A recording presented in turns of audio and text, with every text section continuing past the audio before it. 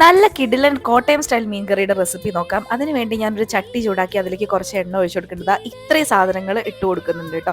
അപ്പോൾ ചെറിയ ഉള്ളി കുറച്ച് അധികം എടുക്കണം. ചെറുതായി ചോപ്പ് ചെയ്തതോ അല്ലെങ്കിൽ ക്രഷ് ചെയ്തതോ നമുക്ക് ഇതിലേക്ക് ആഡ് ചെയ്യാം. ശേഷം നമ്മൾ കടുകിട്ട് പൊടിച്ച് കുറച്ച് ഉലുവയും കൂടി ആഡ് ചെയ്ത് കൊടുക്കുക. അതിനുശേഷം ഇഞ്ചി വെളുത്തുള്ളി നന്നായിട്ട് ഇട്ട് മൂത്ത് വരുമ്പോൾ നമ്മൾ ഇതിലേക്ക് ചെറിയ ഉള്ളി ആഡ് ചെയ്ത് കൊടുക്കാം. ചെറിയ ഉള്ളി ഏകദേശം ഒരു ഗോൾഡൻ ബ്രൗൺ കളർ ആകുമ്പോൾ നമുക്ക് ഇതിലേക്ക് കറിവേപ്പില ആഡ് ചെയ്ത് കൊടുക്കാം. അതിനുശേഷം ആവശ്യത്തിനുള്ള മുളക് പൊടി ആഡ് ചെയ്ത് കൊടുക്കാം. കാശ്മീരി മുളക് പൊടിയാണെങ്കിൽ കറിക്ക് നല്ല കളർ ഉണ്ടായിരിക്കും. പിന്നീട് ആവശ്യത്തിനുള്ള മഞ്ഞപ്പൊടി കൂടി ആഡ് ചെയ്ത് 4 കൊടമ്പുളി ചെറു ചൂട് വെള്ളത്തിൽ ഇട്ട് വെച്ചതാണ് ഇത്. ഈ ഒരു മിക്സും കൂടി ഇതിലേക്ക് ആഡ് ചെയ്ത് കൊടുക്കാം. പിന്നീട് ആവശ്യത്തിനുള്ള ഉപ്പും കൂടി ഇട്ട് കൊടുത്തതിന് ശേഷം നന്നായിട്ട് ഇളക്കി കൊടുക്കാം.